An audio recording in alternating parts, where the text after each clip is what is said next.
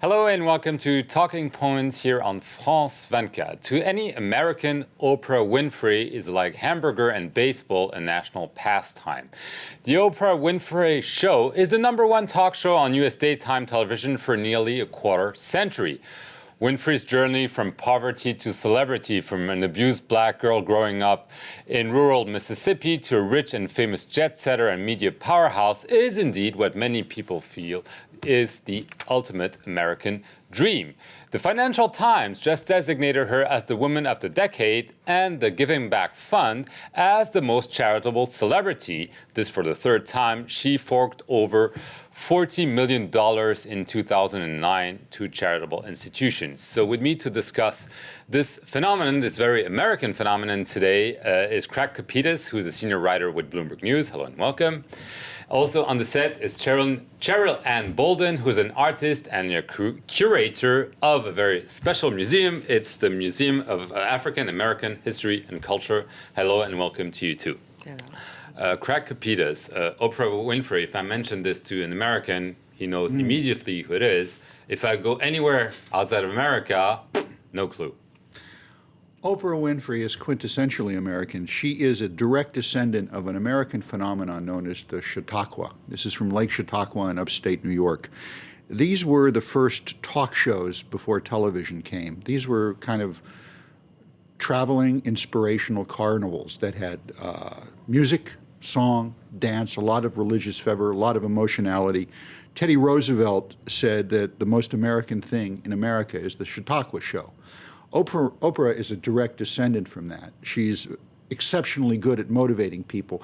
You might have more familiarity with what the Chautauqua show actually is if you remember the old movie Elmer Gantry with Kirk Douglas, this kind of proselytizing.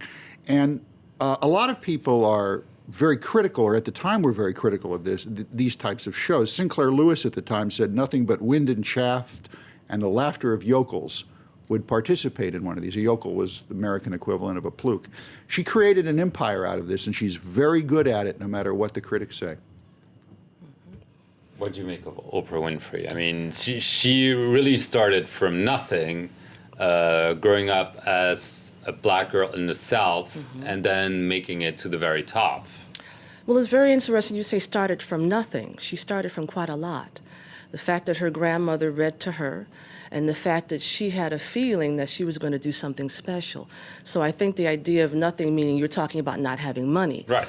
But she had the church, which was very important in the African American community.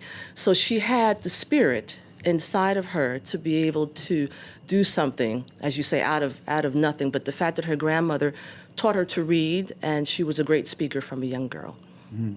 Right, and I mean, she obviously there's been a lot of talk about Barack Obama ascending to the presidency, but Oprah Winfrey has been there for many years as a clear example of black people making it to the very top of the media. She's more than a media phenomenon. Well, she's done a very, very important thing in American society.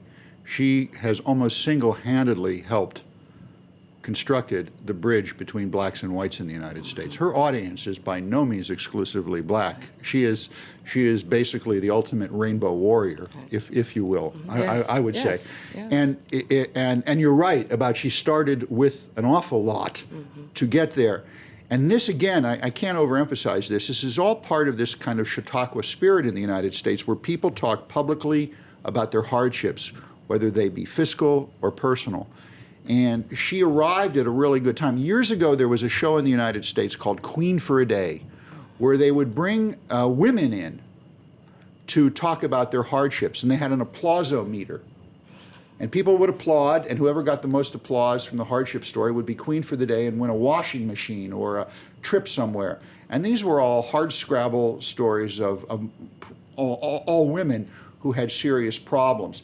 What Oprah did is she really took that dynamic and she single-handedly turned it into a cross-cultural, cross-racial phenomenon in the United States.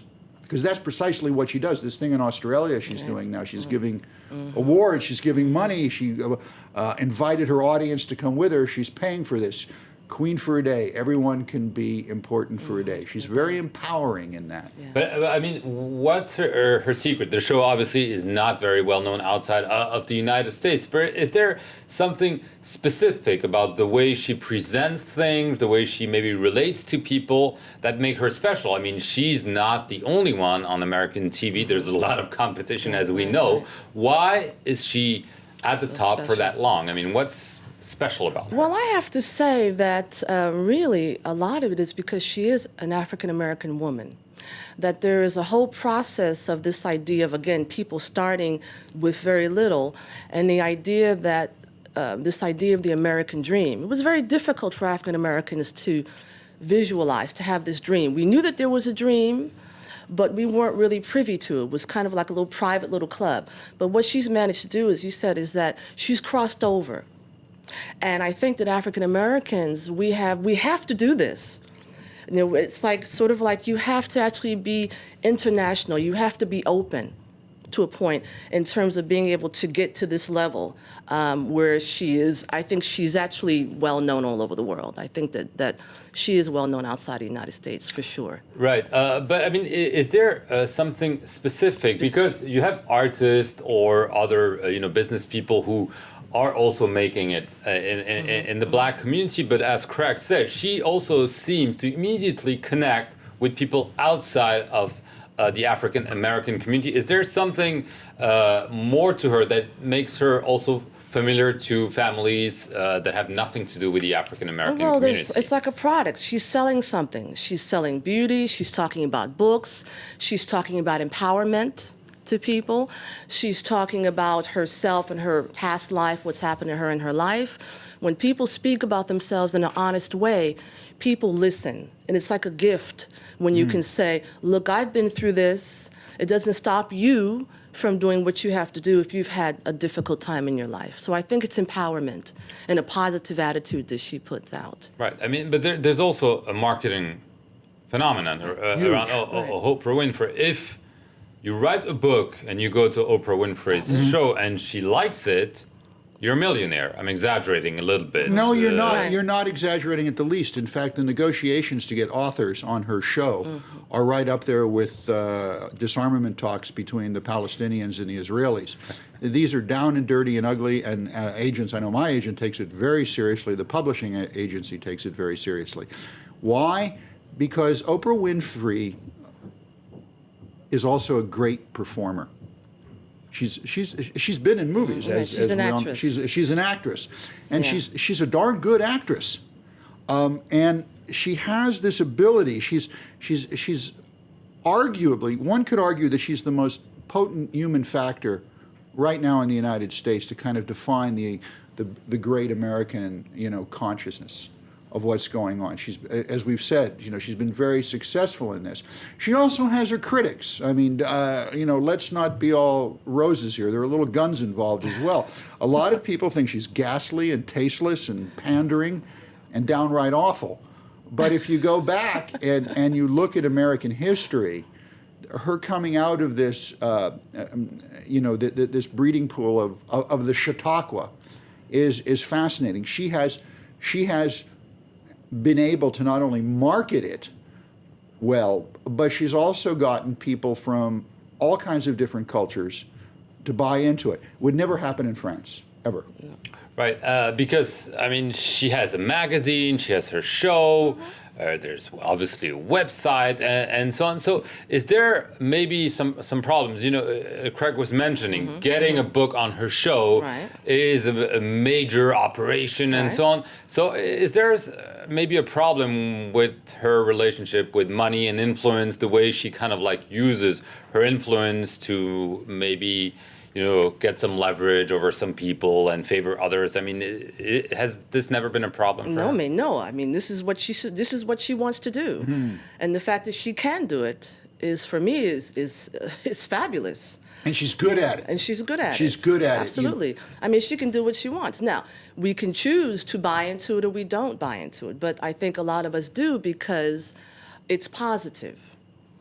Is this the reason? People say, okay, maybe, you know, to get on the show, it might not be that nice, but once the person is on, should be a good book or a good movie or a good person. That's just marketing. I think that's, again, this is the American way. She's marketing something. And the fact that she's marketing a book, why not? I mean, she's not marketing selling arms. I mean, she's marketing something that's intelligent, it's tasteful, and it's culture. And she gives away prizes. Yeah. Right. Which has always been a very important part of her show and an important part of how she's been able to capture the audience. So generosity. You know, generosity, Wow. and indeed a good word, because one gets the impression from watching her that she's the real deal. She's not doing this as just a shtick. You know, she really enjoys doing this. And that's perhaps maybe the greatest reason for her success. When you look at her, whether you like her or not, think she's corny or wonderful, she actually enjoys doing this. Enjoys doing it. Right, and I mean, what about her politics, if I may say? Obviously, you know, she supported Barack Obama, but she seems to be able to kind of like keep her distances from. Although obviously she is a major asset. If you want to be a politician, you go on Oprah or you go with Oprah somewhere. You'll get media coverage like no other. Well, I don't think it's necessary that she talks about her politics. I mean, to me, it's what you do. You're judged by what you do. So she supported Barack Obama. I think that's wonderful. I don't think she supported him just because he was black. I think there's a myth about this idea that black people just voted because he was black. He was intelligent, and she saw that, and so she supported him. Right. Oh, absolutely. I don't think the reason she supported Obama was just because he was black. You know. It helped, but he's you know, it certainly helped, and it also gave her critics and Obama's critics a lot of fuel to go after them. A lot of people in the United States believe that she kind of crossed a line by doing that. Essentially, you know, keep your revival tent moving all over the world, do your TV show, keep the Chautauqua going, but let's not get into politics. However, the old Chautauquas were very political in nature. Political in nature. William Jennings Bryant, one of the most controversial of all American lawyers and politicians, was a frequent guest. A lot of tub-thumping, right-wing proselytizers during the beginning of the Chautauqua shows were regular guests on these shows. And whether the people at the time were critical of them or not, as you said, these shows were very empowering. If a politician at that time wanted to win votes, it was wise to team up with a Chautauqua. Right. But I mean, sorry, go ahead. No, and also, I mean, people have done it. I mean, this is a question to you, if she was a white woman, would it have been different? Somehow there's always these standards for African or black people that if we do something, then it's something wrong. This has been going on for years. Politics, if you're a famous person, you support a certain kind of political agenda. Right, It's but normal. she tends to steer clear of politics. I mean, her shows are definitely not political shows, and no. that she went for Obama, but then she went back to business, if I may say. It seems that. I think it was always business. Consistently, yeah, and she's sure. so much different than any of the lemon-scented mop heads you see on, American television. She is, again, like her or not, Oprah is a real deal. Yeah, you know what you're getting when you tune into Oprah. It's not my personal cup of tea, but a lot of women adore her. Now it's curious. My wife, who is French, says, "What's this all about?" It's a huge cultural difference. I'd like to see if something like Oprah could ever develop here in France. It would be very curious to see what that would be, but I don't think in our lifetime we're going to see certainly a black woman or dare I say a Muslim woman be doing a French television show here that gets anywhere near the power and the glory of what you're seeing with Oprah. Okay. Wow. On those words of wisdom, we'll have to end it here. Thank you very much to both of you. We'll see if her French Oprah Winfrey emerges in the coming years to deny what Craig Capitas just did. Thank you very much to both of you and for watching Talking Points.